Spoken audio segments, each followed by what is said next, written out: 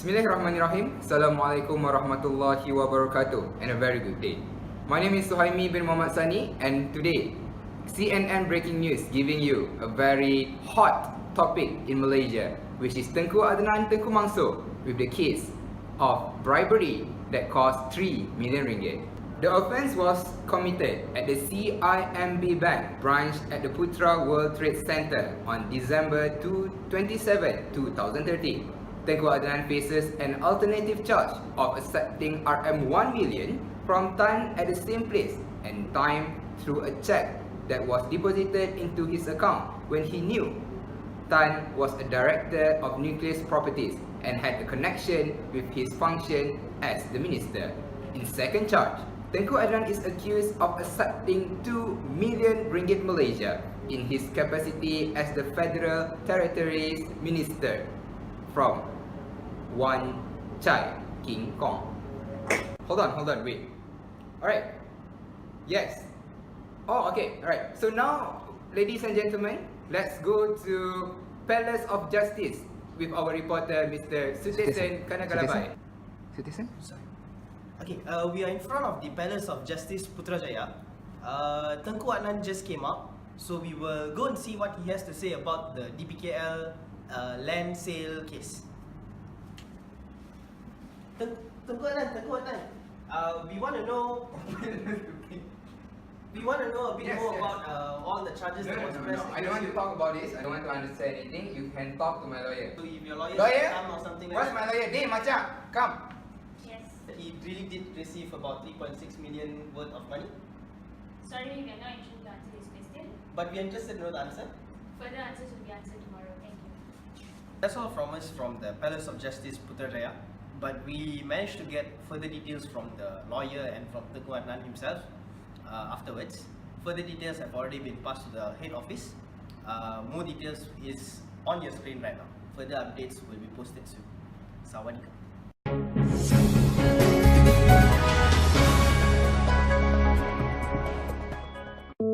Former cabinet member Datuk Seri Tengku Adnan Tengku Mansor has been charged with receiving RM3 million in bribes from property developers in connection with his official function as the Federal Territories Minister at the time. The 68-year-old was accused of corruptly receiving RM1 million from property developer Datuk Tan Eng Boon through a cheque belonging to Pekan Nenas Industri, Sdn Bhd, which was deposited into Tengku Adnan's account. Tengku Adnan faces an alternative charge accepting RM1 million from Tan at the same time through a cheque that was deposited into his account when he knew Tan was a director of nucleus properties and had a connection with his official functions as the minister. In a second charge, Tengku Adnan is accused of accepting RM2 million in his capacity of the Federal Territories Minister from Wan Chai King Kong.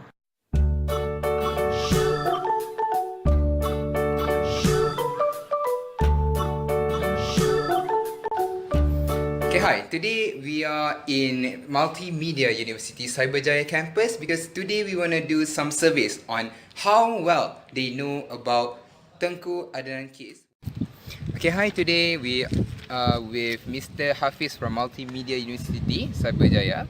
So, first question I would like to ask you, Mr. Hafiz. Are you aware of the scandal related to Tengku Adnan?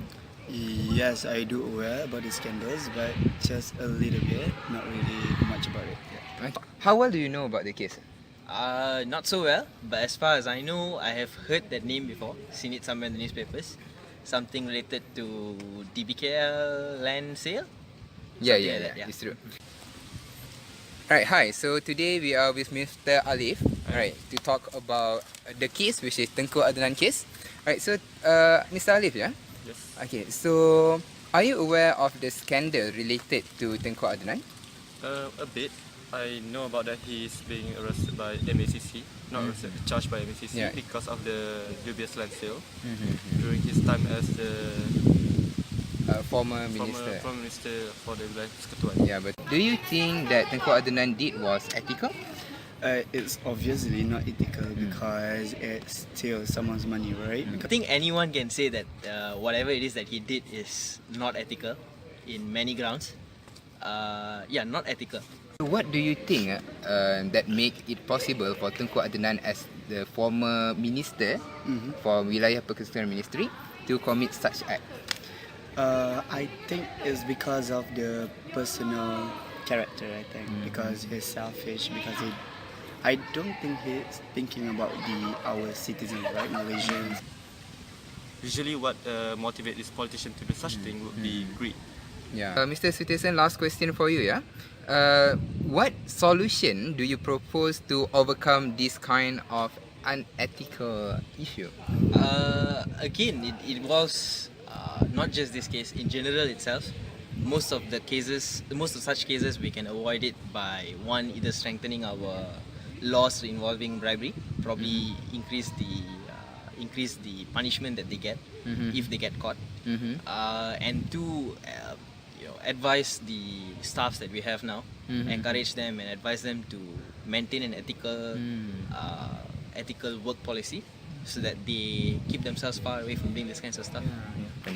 To avoid this kind of issues, basically this issue is about the corruptions, right? Yeah. So basically our law, we have to enforce our law. It means like the police need to avoid the corruptions and then need to investigate politicians about this thing. I think that every ministers, every politician that's in the government should declare their assets.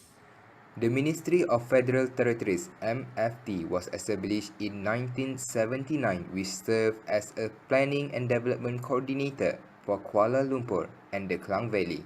The establishment of this ministry is in line with the establishment of the Klang Valley Regional Planning Council and the Klang Valley Regional Planning Working Committee. 5 shared values held and respected at ministry, forming an acronym of CHERIA as follows. C stands for cemerlang, excellent. E for etika, which is ethical. R, responsive. I is innovative. And A is amanah, integrity. This is the organizational chart for Kementerian Wilayah Persekutuan led by YB Tuan Haji Khalid bin Abdul Samad, the current Minister of Wilayah Persekutuan, and is formerly led by Tengku Adnan.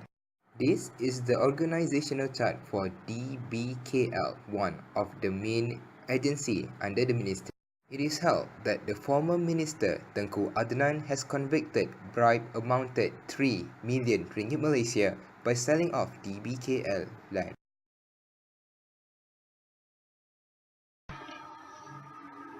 Moving on to the next point is SWOT analysis. SWOT analysis is actually a useful technique for understanding the weakness, the strength, the opportunities, and the threats that an organization face. Just want to refresh with the audience, and for those who not know, there are 4 components that made up the SWOT analysis. Without further delay, I would love to withdraw the SWOT analysis of ethical on the organization based on our case study, which is Ministry of Federal Territory. The first element that made up the SWOT analysis is strength. Based on the core values of ethical conduct, we can relate that the Ministry of Federal Territory has practiced the respect and responsibilities among the organization. The organization has a department called Integrity Unit.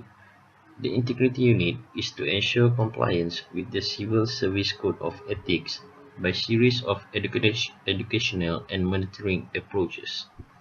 The unit also verifies the misconduct and violation of laws to ensure proper and rightful actions are taken to mitigate the offense, accordingly with the Civil Service Code of Ethics.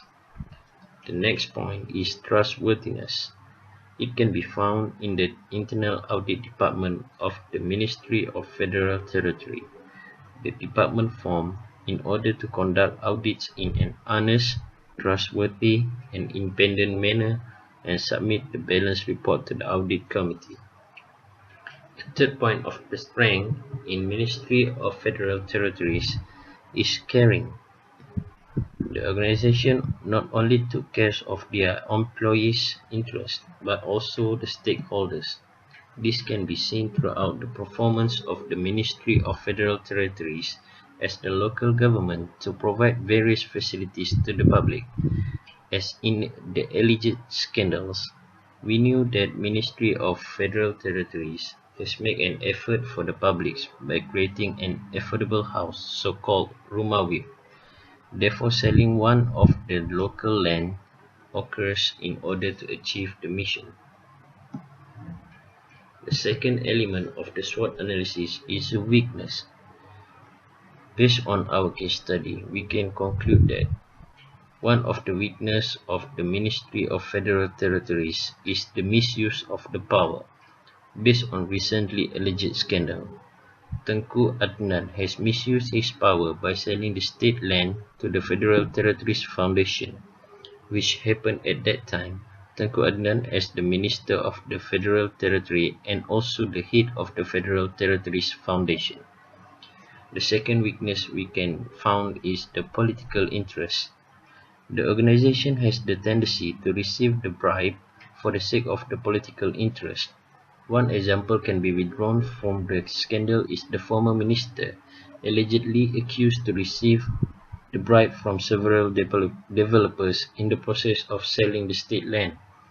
The bribe, however, was claimed as the donation by both minister and the developer respectively. The ethical policy does not show a clear plan of action in the organization when the unethical practices are committed at the top of the corporate hierarchy. The third element of the SWOT analysis is the opportunities. One of the opportunities that can be related with the ethical conduct in the organization is the resource. Ministry of Federal Territories has more than enough resources to create the opportunity for the organization to be in the highly ethical organization. One of the ways to approach it is by creating a department that can govern the ethical code of conduct in the organization. Second point is the change of the government. Recently, the change of the government in our country so that most of the traditional practice by previous government, which has claimed to be the bribery scandal, has been investigated and facing a legal action. This creates the opportunity for the organization to refresh the ethical code of conduct in the organization in a positive manner. The fourth point for the SWOT analysis is the threats. One of the threats that can be concluded in the organization is a reshuffling of staff. Often, reshuffling of the members of the organization may become a threat in practicing a healthy ethical code of conduct, since different people have different interests. Second point is political practice. Corruption is already a common problem in our country, and it is one of the most unethical practices in the organization, especially in the political world. The practice is considered as a threat for the Ministry of Federal Territories in becoming an ethical organization, as the situation might be less benefit for the organization in terms of the financial and investment. That's all for the SWOT analysis in our case study. What can be improved in the organization? The first point is ethical conduct auditing. In order to perform and practice more highly ethical conduct among the organization, the Ministry of Federal Territories can create a new department to govern the ethical behavior of the employees among the organization. For example, an audit department specialized in monitoring the ethical conduct of the staff can be created in order to ensure that all the staffs are in track of practicing a healthy ethical behavior. Second point that can be improved is the nomination of the minister. To avoid the misuse of power, the nomination of the minister can be filtered based on their corporate background. For example, any candidates that less involved in the corporate world should be given the priority to become the minister, as the candidates has lesser personal interest in the position. Or as simply as the elected minister should let go any of his or her corporate position in any organization in order to avoid the conflict of interest.